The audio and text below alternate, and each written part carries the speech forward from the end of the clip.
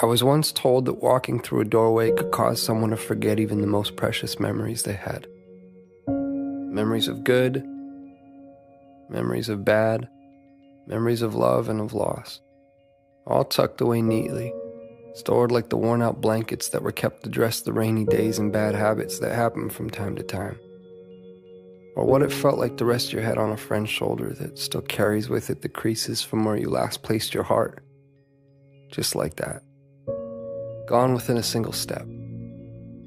That somehow 3 beams and an imaginary line drawn across some old aching floorboards were all that stood between you and the infinite silence of the very things that once colored your mind with sound. It's funny.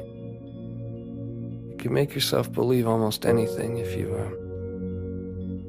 think about it for long enough. This isn't who you are. You're wrong. This is who I've always been.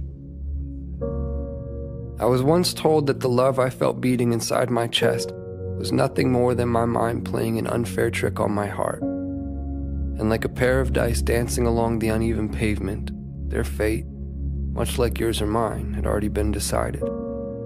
That even the cracks that drew their faults between 2 opposing sides could not escape a fate that was always destined to be sealed.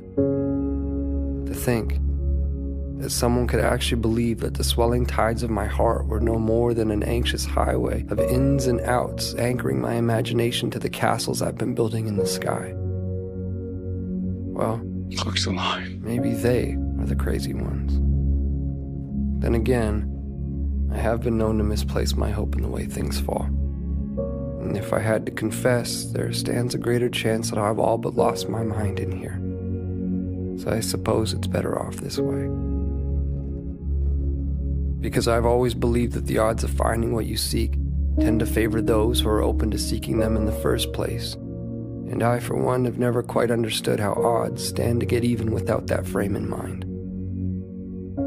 To be clear, I've seen a million faces. I've seen a million different faces, each one mirroring that of your own. And still, none of them have felt like home to me. None of them have felt like you. So here we are.